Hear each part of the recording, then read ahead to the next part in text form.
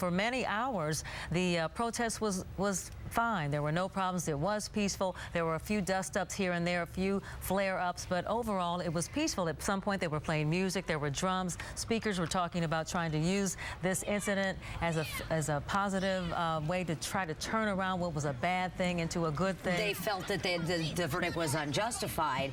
And then we started, now that was some of the first looting we saw, the Foot Locker you're seeing here. And it was about 8:30. Yeah, 8:39, 9:30, just as the sun started going down, and everyone, as we described in the field, our reporters said, everyone's waiting for something to happen. Nothing happened. People started going home, and then a few stuck around until finally, and all of these camera crews were there to capture it.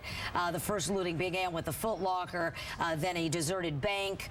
Windows started being smashed out. Then we got coverage of the jewelry store being smashed as well. Of course, at one point, police did designate unlawful assembly and told people that they needed to disperse. And there were many that we saw peaceful arrests, people simply loading onto the police vans, following the orders of police. But then blocks away, there were these outbreaks like this one, the Foot Locker incident, which we've been telling you about all evening, where in some cases the people weren't even, they were taking the shoes, breaking the windows, taking the merchandise, and just simply throwing it out on the street.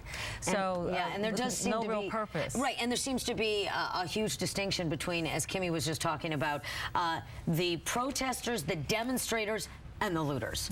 And it seems like it was a whole different crowd. Our reporters, a couple of them, were caught right in the middle of some of these confrontations between the police and some of the cases. Like, so those people just taking off there, and described sort of that mob mentality that once somebody started spray painting or smashing something, everybody else went for it. It incites everyone else.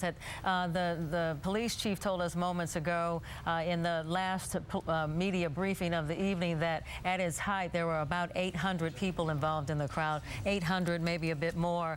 He's estimating now that there are still about 100 people who are out roaming the streets and still trying to cause problems. Yeah, and we're going to continue our coverage, our wall-to-wall live coverage with our team reports on what happened tonight in Oakland's reaction, both from the community, that was those who were dissatisfied with the verdict in the Mehserle trial, and with the police and the city's response. And as you can see, in many cases, the police actually outnumbered the demonstrators tonight.